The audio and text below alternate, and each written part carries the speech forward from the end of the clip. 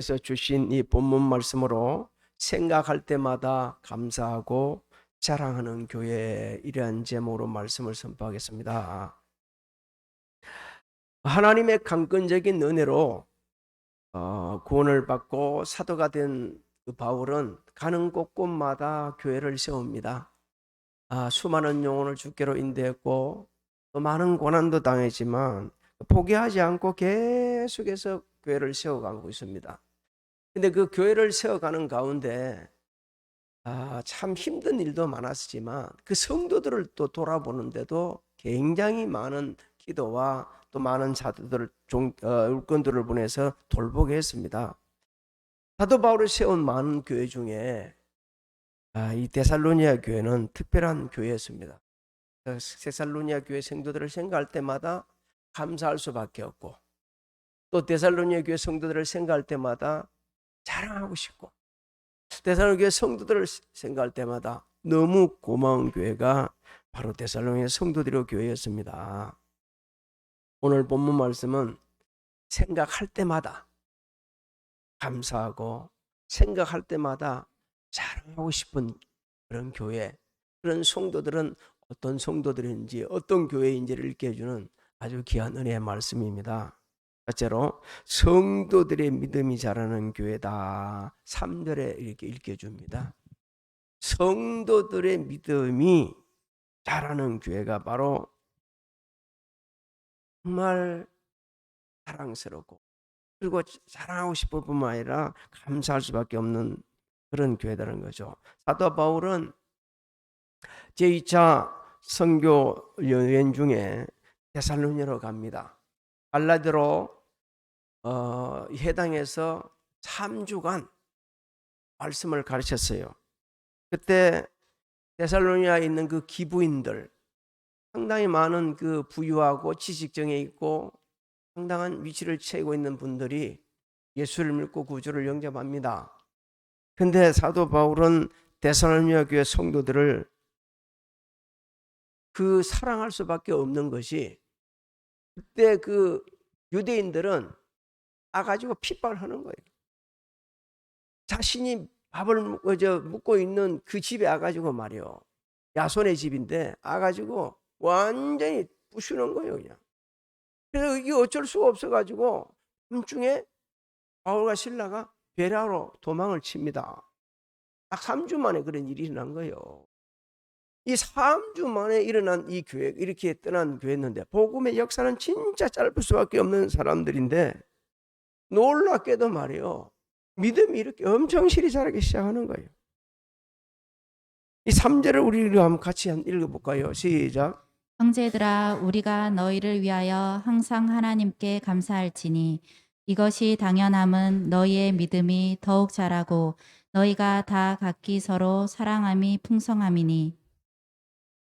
믿음이 여기 자랐다는 이 단어적 의미는요, 그냥 이렇게 조금 다닌 게 아니고 기하가 청량을 할 수 없을 정도로 폭발적으로 자란 것을 의미합니다. 한번 생각해 보세요. 3개월도 아니고 몇 주? 3주요, 3주. 3주 동안 그 복음을 받아들인 사람들이 그 정도로 믿음이 기하급수적으로 달았다는 것은 이건 너무너무 하나님의 은혜예요. 그래서 우리는 주목해야 할 게 사도 바울이 하나님 앞에 감사한다는 말씀을 주목해야 됩니다. 왜 하나님께 감사할까? 믿음이 자라게 하시는 분이 하나님이십니다. 우리의 믿음이 여기까지 올 수 있도록 해주신 분이 하나님이십니다. 믿습니까? 내 스스로 신앙생활에서 믿음이 자란다? 우리가 기도할 수 있는 것도 하나님의 은혜예요. 우리가 하나님 앞에 헌신할 수 있는 것도 하나님이 그런 믿음을 주신 거예요. 믿음이 없이는 기쁘시게 할 수가 없거든요. 그 짧은 기간에 그렇게 기하급수적으로 청량할 수 없을 정도로 데살로니가 교회 성도들이 그 신앙이 이렇게 자란 것은 하나님의 은혜이기 때문에 하나님께 감사하는 거예요. 하나님께서는 말씀을 통해 우리에게 믿음이 자라는 원리를 일깨워 주시고 있습니다. 우리가 잘 알고 있는 말씀이 있죠. 로마서 10장 17절을 우리 같이 한번 읽어볼까요? 시작. 그러므로 믿음은 들음에서 나며 들음은 그리스도의 말씀으로 말미암았느니라. 일단 하나님의 말씀을 들어야 됩니다. 물론 세상 사람들의 그 성글이나 이런 책이 전혀 소용이 없다는 건 아닙니다. 그러나 그 말 속에는 구원이 없습니다. 그들 지식 속에는 참된 평안이 없습니다. 우리에게 절대적인 도움을 줄 수가 없습니다. 하나님의 말씀에는요, 우리가 너무 잘 아는 성경 암송이죠. 교훈과 행만과 의로 교육하기에 유익하다 그랬습니다. 그뿐이 아니요, 우리를 하나님의 사람으로 세우고 모든 선한 일을 할 수 있는 준비를 해준다. 그리고 하나님의 말씀은 활력이 있어가지고요, 우리 심령과 골수를 뭐라 그랬습니까? 그 쪼갠다는 말은요, 변화시키는 걸 이야기합니다. 하나님의 말씀을 듣고 찔림이 있을 때 그때 우리가 변화되는 거예요. 하나님의 말씀 듣고 회개할 때 그때 우리가 변화되는 거예요. 그런데 듣는 것으로 만족하면 안 됩니다. 듣는 것으로 만족하면 그냥 믿음이 답보 상태에 있어가지고 잘하지 않아요. 들어야 되지만 듣고 뭐 할 때? 행할 때, 순종할 때 믿음이 장성한다고 야고보 사도는 힘주어 말합니다. 야고보 사도는 행함 없는 믿음은 죽은 거다. 행함 없는 믿음은 유익도 없다. 행함 없는 믿음은 자기를 구원할 수도 없다. 이렇게 강하게 선포를 하고 있어요. 야고보서 2장 14절을 우리 읽어봅니다. 시작. 내 형제들아, 만일 사람이 믿음이 있노라 하고 행함이 없으면 무슨 유익이 있으리요? 그 믿음이 능히 자기를 구원하겠느냐? 제가 새벽 예배 때도 말씀을 드렸습니다만, 오늘날 목사님들이 야고보 사도같이 설교를 하게 되면 왜 안 옵니다. 깨닫는 사람 몇이 없습니다. 너무 화가 나서 다 도망칠 거예요. 너 믿음이 그래 갖고 구원 받겠냐? 그 믿음 갖고 네 유익이 되겠냐? 너 믿음은 죽은 거야. 여러분 이렇게 쏟아 부을 때 받아들이겠어요? 못 받아들입니다. 대부분 성도들이 화나는 거예요. 지금 야고보서 2장 14절을 읽어봅시다 했는데도 여기서도 걸릴 수 있는 사람이 있을 수 있어요. 그런데 하나님께서 이런 사도들을 통해 주신 말씀을 우리가 들어야 되고, 그때 내가 기분이 나쁩니까? 마음이 아픕니까? 그러면요, 그때 변화가 일어나는 거예요. 그래서 하나님 말씀은 들어야 되고 듣는 것으로 만족하고 계속 순종해야 됩니다. 하나님 말씀을 믿음으로 듣고 순종하는 자는 범사에 감사합니다. 내가 나된 것이 하나님의 은혜임을 믿고 겸손하게 영광을 돌립니다. 하나님의 말씀을 들을 때 자신의 부족함, 제 교만함을 깨닫게 되지거든요. 그래서 변화가 되고, 그래서 새 사람 되는 겁니다. 이 스코틀랜드의 찬송 작가인 콜타티어스, 이 외국 사람들 이름은 좀 희한해가지고 한번이가 좀 힘들어요. 콜타티어스가 이 성경 말씀에 대해서 쓴 걸 조금 전해드릴게요. 내가 피곤할 때는 말씀이 나의 침대가 되고, 내가 어두움을 헤매고 다닐 때 말씀이 나의 등불이 되고, 내가 배고파 줄일 때는 말씀이 내 양식이 되고, 내가 고독할 때 이 말씀은 나의 친구가 된다. 참 감동적이지 않습니까? 이분들은 성경 말씀을 하루 읽어서가 아니고 읽고 묵상하고 삶 속에 적용하다 보니까 자신의 신앙 고백을 하는 거예요. 자신이 깨달은 걸 이렇게 고백하는 거예요. 데살로니가 교회 성도들의 믿음은 마가도냐의 그 아가에 있는 모든 믿는 자들에게 본이 되었습니다. 여러분, 우리가 안 믿는 사람의 본이 된다는 것도 힘들어요. 흔히 우리 보고 말합니다. 예수 안 믿는 분들이 당신보다 내가 나아. 당신같이 믿으면 나 예수 안 믿어. 이렇게 하거든요. 물론 그들의 영적 무지에서 그런 말도 할 수 있겠지만 잘못한 것도 있다는 것을 인식해야 됩니다. 인정해야 돼요. 그러니까 믿는 사람의 본이 된다는 것은 더 힘드는 거예요. 하나님을 향한 믿음의 소문이 각처로 퍼져 나갔습니다. 근데 데살로니가 교회 성도들이 어떻게 했기에 그렇게 믿는 자의 본이 되었고 그 소문이 퍼져 나갔을까? 성도들의 그 믿음이 자란 것은요, 자신들이 핍박하고 고통스럽고 힘들고 아프고 괴롭고 모자란 가운데서도 예루살렘 교회가 힘들다는 소식을 듣고 힘에 지나도록 헌금을 합니다. 그러면서 그 헌금을 보내는 거예요. 고린도후서 8장 1절로 2절을 우리 같이 한번 읽어보겠습니다. 시작. 형제들아, 하나님께서 마게도냐 교회들에게 주신 은혜를 우리가 너희에게 알리노니 환난의 많은 시련 가운데서 그들의 넘치는 기쁨과 극심한 가난이 그들의 풍성한 연보를 넘치도록 하게 하였느니라. 우리는 하나님께서 말씀을 24시간 자기만 노력하고 자기만 깨어 있으면 들을 수 있게 해주신 은혜에 감사해야 합니다. 하나님 말씀 듣고 순종할 수 있도록 우리에게 믿음을 주신 거 감사해야 합니다. 하나님의 선한 일을 감당할 수 있도록 은사를 주신 것에 감사해야 합니다. 하나님께서는요, 복 있는 사람 해가지고 쭉 말씀해 주시면서 뒤에 뭐라고 말씀하십니까? 말씀을 주야로 장하는 자라 그랬습니다. 시편 1편 1절로 3절을 같이 읽습니다. 시작. 복 있는 사람은 악인들의 꾀를 따르지 아니하며 죄인들의 길에 서지 아니하며 오만한 자들의 자리에 앉지 아니하고 오직 여호와의 율법을 즐거워하여 그의 율법을 주야로 묵상하는도다. 그는 시냇가에 심은 나무가 철을 따라 열매를 맺으며 그 잎사귀가 마르지 아니함 같으니 그가 하는 모든 일이 다 형통하리로다. 오늘 하루뿐만 아니고 매일매일 우리가 음식을 먹듯이 삼시세끼 음식을 먹고 그것도 부족해서 야식도 먹고 안식도 먹는 거예요. 하나님의 말씀을 묵상은요, 되씹고 또 되씹고 또 되씹는 거예요. 이렇게 하셔서 믿음이 점점 자라나서 예와 모든 사람 앞에 믿는 사람들한테 감사할 수밖에 없고 사랑할 수밖에 없는 성도님이 되시기를 주의 이름으로 축복합니다. 두 번째로 성도들의 사랑이 충만한 교회다. 3절에 또 말씀해 주고 있죠. 데살로니가 교회는 사랑이 풍성한 교회였습니다.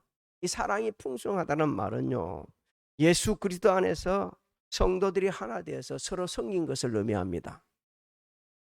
하나님의 가족으로서 서로를 위로하고 격려하고 소망을 주고 돌아보면서 계속해서 아름다운 교제를 나누는 것을 의미합니다. 더 나아가서는요, 서로 소중히 여기는 거예요. 여러분, 성도들이 서로 소중히 여겨야 됩니다. 성도들끼리 치고받고 싸우면 세상들이 우습게 여기는 거예요. 성도들이 서로 핍박하면 그 우습게 여기는 거예요. 그래서 데살로니가 교회 성도들은 유대인들이 핍박을 이기는 것 중에 하나가 서로를 소중히 여기는 거예요. 서로를 귀하게 여기는 거예요. 그러면 서로 격려해주고 도움을 준 겁니다. 당시 데살로니가 교회는요, 밖으로는 유대인의 핍박도 있었지만 안으로는요, 예수님의 그 부활에 대한 갈등이 있었어요. 내가 이제 예수님 모실 거다. 예수님 내일 모레 곧 온다 그러면 뭐 때문에 일하노? 먹고 놀아야지. 그런 이상한 일들이 막 벌어지고 있었어요. 그래서 우리가 잘 압니다. 일하기 싫으면 말하라. 이렇게 하면서 사도 바울이 강하게 권고를 하셨죠. 그런 상황에서, 그 극한 상황에서 그거를 어떻게 극복해 갔느냐? 바로 하나님을 향한 믿음과 사랑이었습니다. 사랑. 오늘날 우리에게 말씀해 주는 것입니다. 교회 안에 갈등이 있습니까? 가정에 갈등이 있습니까? 부부간에 갈등이 있는가요? 그러면 서로 신뢰하고 서로 사랑으로 풀어가게 되면 얼마든지 극복할 수 있다. 이것을 지금 일깨워주고 있는 것입니다. 그래서 상시 데살로니가 교회 주들은 그 성도들은요, 유대인의 핍박, 영적 갈등 오직 믿음과 사랑으로 극복해 간 거예요. 물론 우리도 마찬가지입니다. 살다 보면 핍박도 오고 갈등도 있고 원치 않는 어려운 일도 많이 있습니다. 그럴 때에 하나님을 향한 믿음으로 주의 사랑으로 새로 극복해 가게 되면 세상 사람들을 우리 보고 저 사람들 예수 믿는 사람 많네, 저 사람들은 우리하고 다르네, 이렇게 얘기한다고 우리 주님이 읽게 해주셨어요. 요한복음 13장 34절로 35절에 있습니다. 시작. 새 계명을 너희에게 주노니 서로 사랑하라. 내가 너희를 사랑한 것 같이 너희도 서로 사랑하라. 너희가 서로 사랑하면 이로써 모든 사람이 너희가 내 제자인 줄 알리라. 그대 좀 뛰어나 보세요. 뛰어나 보세요. 같이 해보세요. 모든 사람이 너희가 내 제자인 줄 알리라. 어떻게 하면? 그걸로 그냥 우리말로 쉽게 더 얘기한다면, 정말 우리가 주님의 사랑으로 서로 사랑하게 되지면 활동도 없어지지만 세상 사람들이 보고, 제가 말씀드렸죠, 저 사람들 뭐 믿는 사람 많네? 이하고 다 그렇게 얘기한다는 거예요. 사랑하는 성도 여러분, 하나님을 향한 믿음, 사랑이 있는 교회, 그러면서 환난과 극복을 함께 잘 이겨 나가는 그 교회는 어떤 교회인가? 건강한 교회입니다. 주님 중심으로 섬기고 헌신하는 성숙한 성도들이 모인 교회입니다. 예수님의 그 겸손하고 온유한 품성을 닮아서 서로를 소중히 여기고 세워주고 격려해주는, 진짜 모든 사람이 주께로 돌아오고 싶어하는 그런 교회입니다. 왜 우리가 이 아름다운 믿음의 사람들 공동체들이 세상 사람들로부터 손가락짝이고 이런 말 저런 말 듣는가요? 하나님을 향한 믿음이 없다 보니까, 믿음대로 행하지 않기 때문에 우리 입술에 사랑보다는 세상 이야기 많이 하고, 우리 입술에 복음보다는 그냥 세상 말 많이 하고, 세상 사람과 전혀 똑같이 다른 방 없이 오히려 더 심하게 성도끼리 막 비방하고 그냥 쏟아붓고 싸우기도 하고, 옆집과도 싸우기도 하고 앞집과도 싸우기도 하고, 이렇게 하다 보니까 점점 교회에 대한 신뢰도가 떨어지고 있는 겁니다. 예수 그리스도의 겸손한 온유하신 품성을 담은 성도들은요, 자신에게 집중하지 않아요. 어떤 분이 왜 성도들이 그럴까 그랬는데, 자신한테 집중하니까 그런다는 거예요. 제가 그거 동의합니다. 성도들은 자신에게 집중하지 말고 누구한테 집중해야 됩니까? 하나님께 집중해야 되고, 예수님께 집중해야 되고, 말씀에 집중해야 됩니다. 성령님의 역사하심에 집중해야 돼요. 내가 나된 것이 하나님의 은혜라고 고백할 수 있어야 되는데, 내가 나된 것이 내가 잘나서 그리 된 기라고 하니까 믿음이 없으면 그렇게 하는 거예요. 주의 사랑이 없으면 그렇게 말하는 거예요. 사도 베드로는 너가 그럴 시간이 없다. 니도 언제 떠날지도 모르고 예수님 오실 때가 됐는데 그렇게 인생을 살아서 안 돼. 그렇게 허비해서는 안 돼. 열정적으로 이렇게 사랑해야 돼. 이렇게 권면을 합니다. 베드로전서 4장 7절로 8절을 같이 읽습니다. 시작. 만물의 마지막이 가까이 왔으니 그러므로 너희는 정신을 차리고 근신하여 기도하라.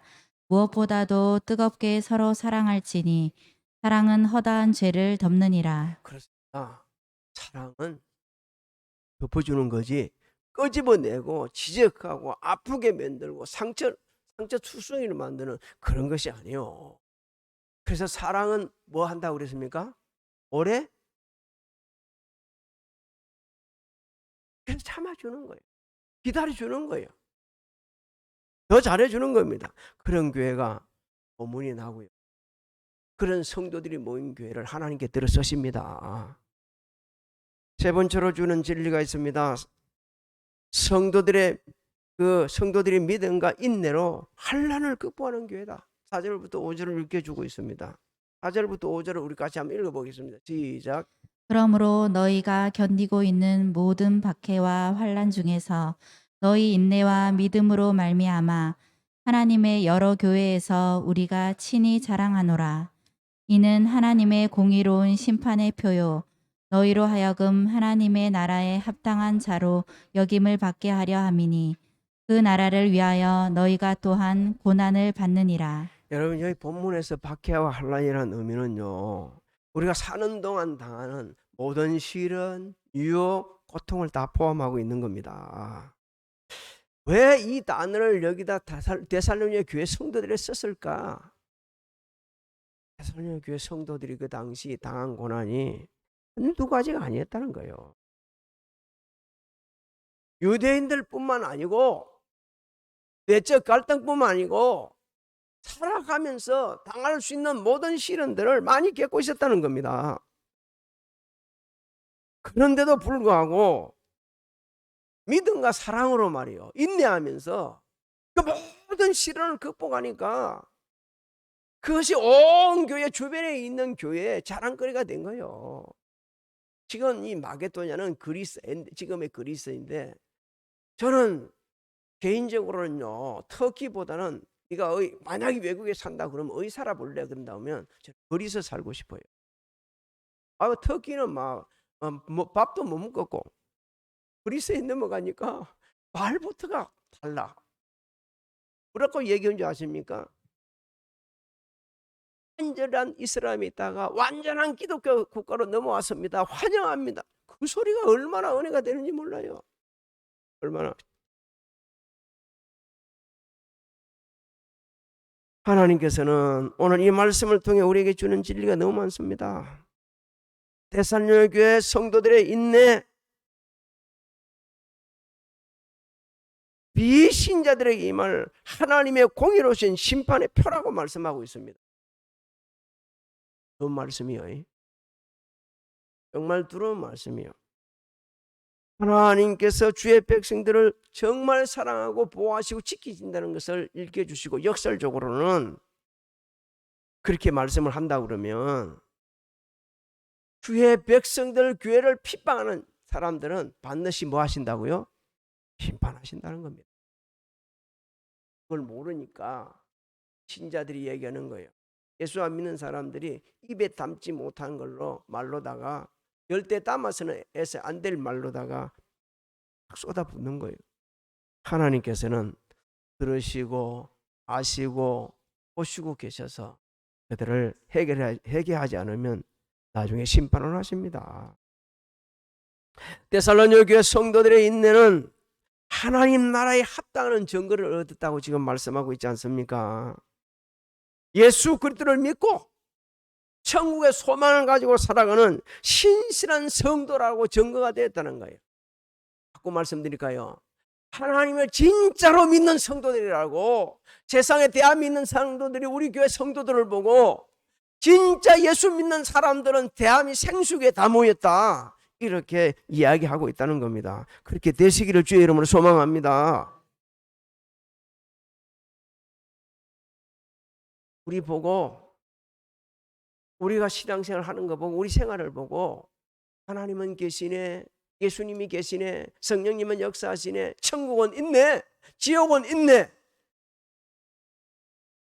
이런 말을 듣는 교회가 바로 데살로니가 교회고 우리 교회가 돼야 된다고 말씀하는 겁니다.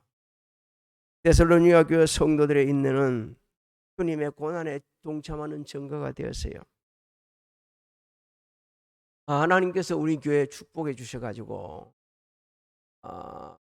그 잠비아에 있는, 잠비아가 너무 힘든 곳이에요. 물도 없고 그런 곳인데 그곳에 물도 봐주고 그로 인해 가지고 위생 사업에까지 도움을 주는, 약간의 도움을 줄 수 있는 그런 데 참여하게 되셨습니다.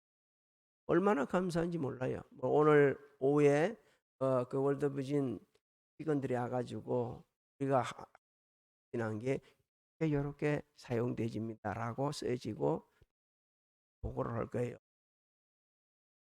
여러분, 우리 성도님들의 기도와 헌신으로 이루어진 겁니다. 그렇기 때문에 져가지고 할 때 기쁨으로 참여하시기 바랍니다. 아이고, 나는 헌금도 못 않았습니다. 어떤 특정 사람이 한 게 하나님께 우리 교회 모두가 할 수 있게 해주셨습니다. 물론 헌신하신 분들, 크게 헌신한 분도 있지만 하나님께서 보시고 아시고 들으셔서 공평하신 은혜, 풍성한 은혜를 베풀어 줄 겁니다.